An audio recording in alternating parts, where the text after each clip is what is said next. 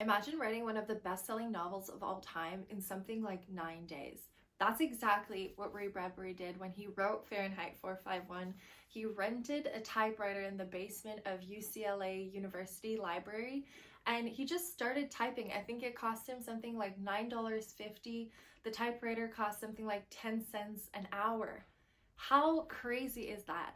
Imagine the dedication it would take for you to write a masterpiece like this in only 9 days. It almost makes you think that he must have been a little crazy, which is a bit romantic in certain ways, to just fully dedicate yourself to a craft, not eat, not shower, and just fully immerse yourself into the piece of art that you're making. And today we're going to be deep diving into exactly how you can do exactly what Ray Bradbury did and write your own masterpiece. I'm going to be going over 5 lessons that were inspired by Ray Bradbury to make you a better author. So without further ado, let's dive into it. The first lesson I got is to write every single day. So when Ray Bradbury wrote this novel, he talks about this story where he was walking in the street with one of his friends and a cop pulled them over or stopped them in the street. I guess it was late at night, and he was giving them a hard time. And when Ray Bradbury got home that night, he was upset.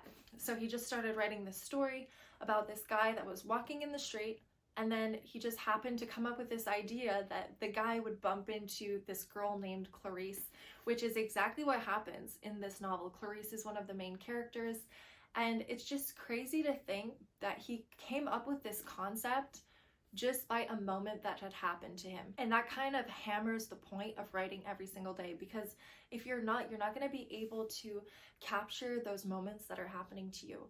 Writing is like a muscle, and if you're not writing, how are you supposed to capture a moment that happens, a moment of inspiration, and accurately put it on the pages of your novel? So you need to write every single day, okay? Lesson number 2 is you need to go with the flow of your emotions and stop over analyzing things. I'm really bad for this. I'll write a story and my character will turn on a light or something, and then I'll go down this rabbit hole where I have to be able to explain exactly how to reinvent the light bulb. I'll look at scientific studies about light bulbs and when it was invented and the different kind of light bulbs, so that I can make sure that I have every single detail accurate in my story. But that kills the flow of ideas. And Ray Bradbury didn't do this. He just went with it. When he came up with the title, he actually called the fire department and he asked, at what temperature do books burn? They said 451 Fahrenheit. He said, okay, thanks.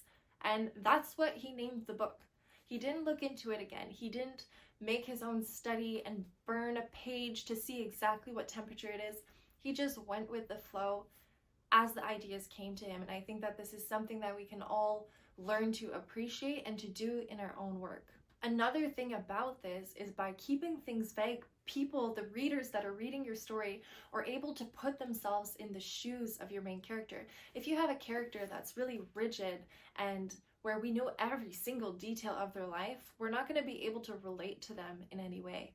You take somebody that is perfect in every aspect of life, you can't relate to that. You're not going to be able to relate to somebody who has everything figured out. So make sure that your characters don't have everything figured out. Number 3, this one is super pertinent to me, and it's because I went to university and I went to school for nursing and I learned how to write really scholarly. So lesson number 3 is to forget about your academic knowledge when you're writing, because it really ruins a story in certain ways. If you're writing things in MLA and APA format and you're using all these really big sophisticated words, like obviously there's a time and a place. If you have a character that's a doctor or that's very philosophical in some way, you can give them a character voice that's very sophisticated with language that's a little bit more posh in a sense. But if you're doing that throughout your story and you're always writing in this really rigid way,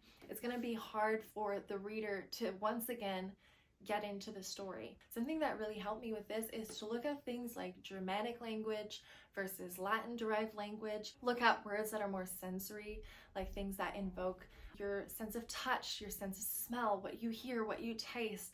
Incorporate that into your language and into the words that you use.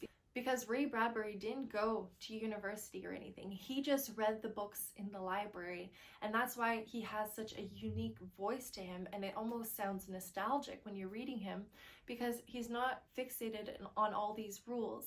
I look back at stories that I wrote when I was a little kid, and I feel like they have so much more emotional depthness, and it's because I didn't care back then. I was just writing what came to mind, and I had this more simple language. I wasn't trying to be sophisticated.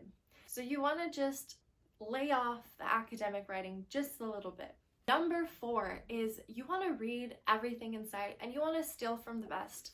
When Ray Bradbury wrote Fahrenheit 451, he said that he would go up to the library in UCLA and read things to see if he could incorporate them in his novel.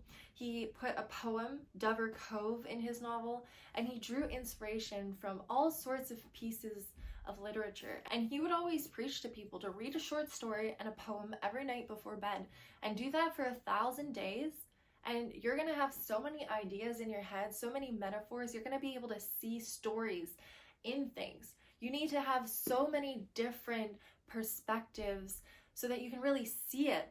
It's kind of like eating food. When I was a little girl, we ate a certain way at my house, and then when I met my husband, we'd go to all these restaurants, and since then my palate has changed because I've tried different things, and now I can appreciate foods that I maybe didn't like when I was a little girl. So just like eating, you need to expand your palate so that you can write better stories and appreciate different nuances of different types of literature. Number 5. Okay, this is a big one, and this is kind of homework in some way, but I promise I'll do it with you, okay? Ray Bradbury says that a lot of people will spend lots of time writing a novel, okay? You spend years writing a story only for it not to really be what you wanted it to be. And his advice is, instead of writing a novel your first time, as your first project, write short stories.